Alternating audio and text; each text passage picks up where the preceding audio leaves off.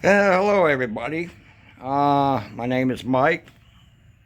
Radio call sign is N8RBI.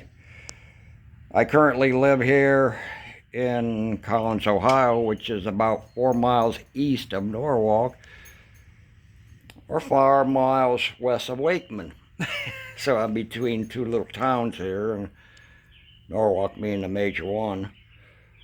I've been an amateur radio operator since around early 90s, and also worked at Vasu Communications installing police consoles, installing radio gear for police cars, and even a tower monkey.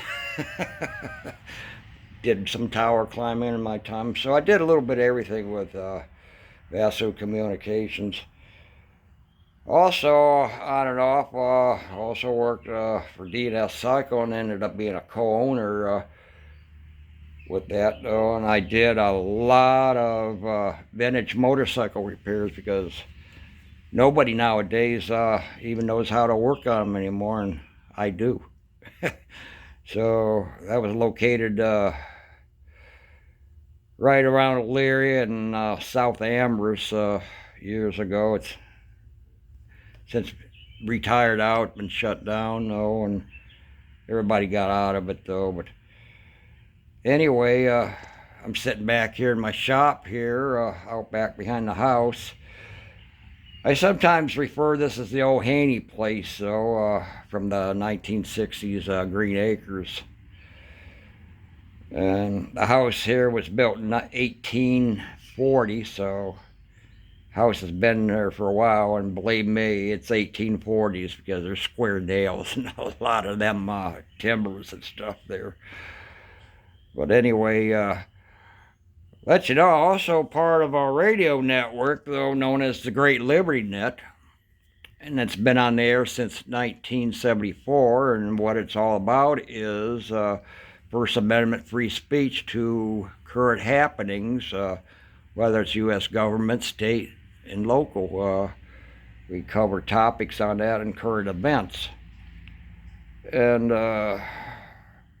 I, myself, N8RBI, along with Steve, KA2PTE, and Kevin, WB4AIO, he kind of runs our website, which is www.3950.net. And we are heard every Saturday night at 10 p.m. And we can be heard on the live stream at the website I just gave you, 3950.net. Also, we are heard on my Tuner app, though. It can be used on any iPhone or your smart TV, though. And we are under educational on my Tuner, so we can be found there. Anybody can participate on the net, though, by calling in on our phone patch, and I'll give it out to you, 814-479-0101. And you can also log in and participate through Zoom. The number is also the same for Zoom, 814-479-0101. And anybody can come on there and talk about current events, express your opinions. So we respect anybody that comes on there. The only thing is, though, be respectful with us, and we'll be respectful. No cutting down anybody, downgrading, and things like that, though. We respect everybody's opinion on the net. So currently we are on CQ 100 of Virtual Ionosphere due to station problems. So Kevin, though, he moved to Mineral Point, Pennsylvania, and is currently doing station construction. Here on my other hand here, have antenna issues. During a few storms a couple years ago, lost my antennas. They come down, but sometime this week coming up, we're going to be, me and my son, we're going to try to get the HF antennas back up to 80 and 40 meter band on there. As soon as I can locate some 100 picofarad capacitors for the traps, because one of them seemed to broke open or something. Kevin says, oh, you must have ran 5,000 watts, so, and blew the capacitor apart. Of course, he was joking because we can't run 5,000 watts. So, but anyway, hopefully we're gonna get that back together. A little look around the shop real quick. Over there is some material, so I got some 14 gauge armature wire. Now I can't decide if I want to use the original stainless steel wire on the HF antenna or just start from scratch and build a new one, though, using the existing traps that's on the stainless steel. I'll have to think about it. Although that stainless steel is very strong, a lot stronger than the copper armature wire.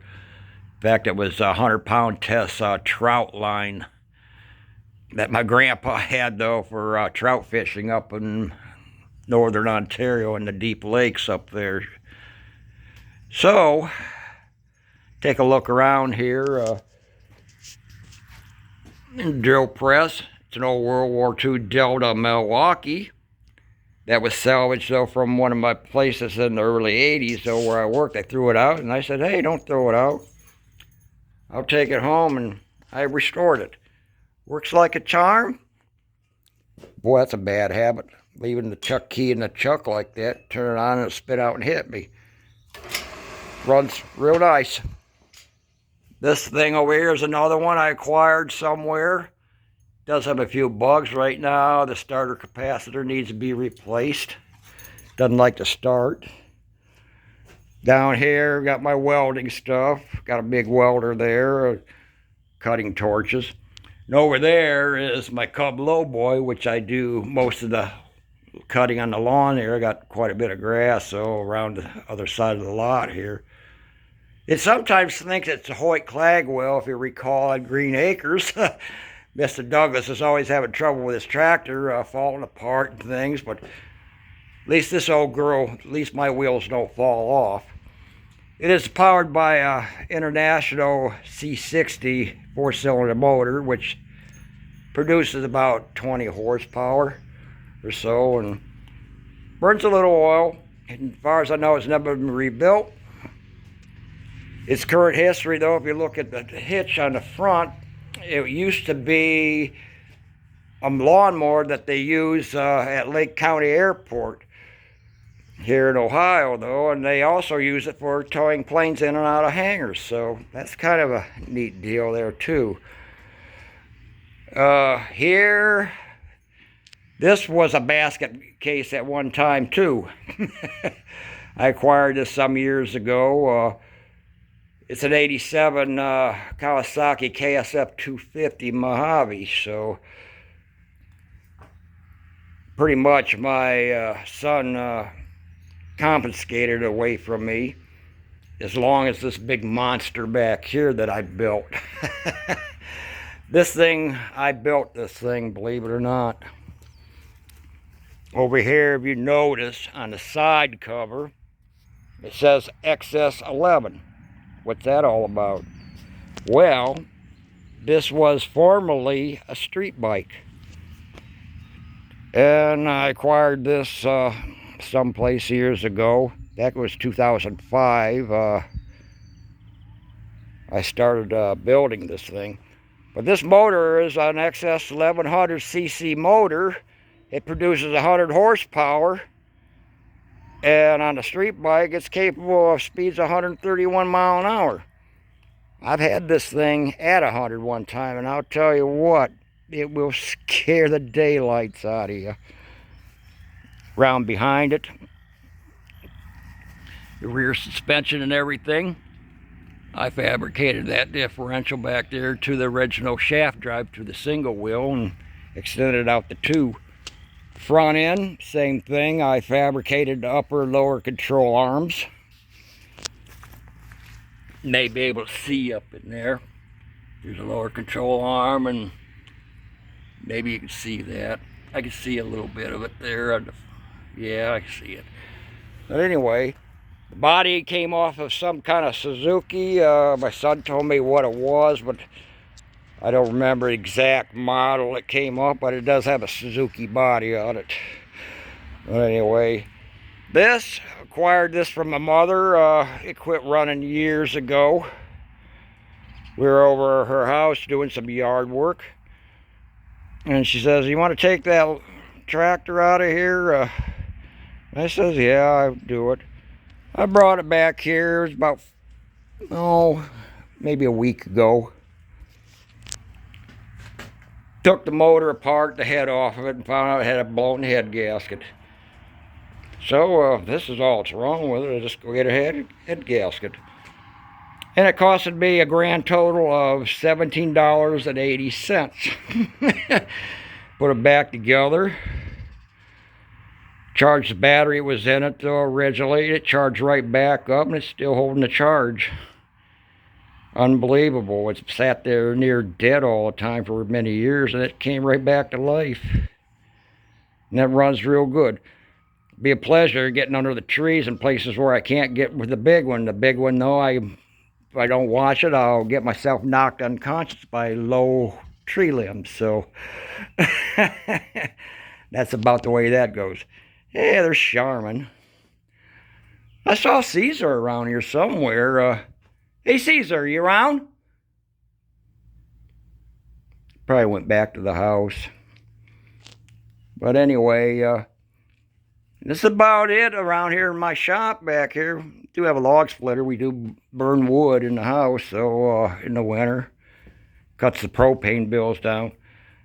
Ground's a little watery here from the rainstorm we had last night. In fact, we had a tornado in Willard, which is located in the southwest county of Huron County here. And there was a tornado, and I was on Skywarn and listening to what's going on. And boy, I'll tell you what. Yesterday at this time, there's a little dip over there that was all flooded along the back edge over here. It was all flooded too. Today, what a difference. Everything dried out. There's still a little bit of standing water here and there. See something right there. Hey, Caesar. What you doing, buddy? Just relaxing, huh? Alright, you do your thing. Well, that's about it though. Next couple oncoming videos will be probably radio related though. Did I really say anything about my train videos? No. But real quick though, I like trains. My grandfather got me into that. I might have said this already, I'm not sure. It's what happens when you get old and get Bidenitis. Excuse me. But anyway, it's a tribute to my grandfather. He was a big rail fan of Wheeling Lake Erie Railroad, which is located right behind the very back lot, though, about, a mile and a half behind us. And that's where the railway yard is on Heartland Settle Road, which is the next joining road next to it. So I enjoy trains myself, too. And like I say, this channel will probably have a mix, a little bit of everything. Radio-related, train, maybe fabrication. Definitely it's going to be antenna project coming up here in the future. So I guess that's about it I have to say. But I wanted to get on here and let y'all know a little bit about me here. And, well, doggone, I guess that may be it. So for right now, we'll catch y'all on the next one. This is Mike N8RBI, 7 3s. Catch you on the next one.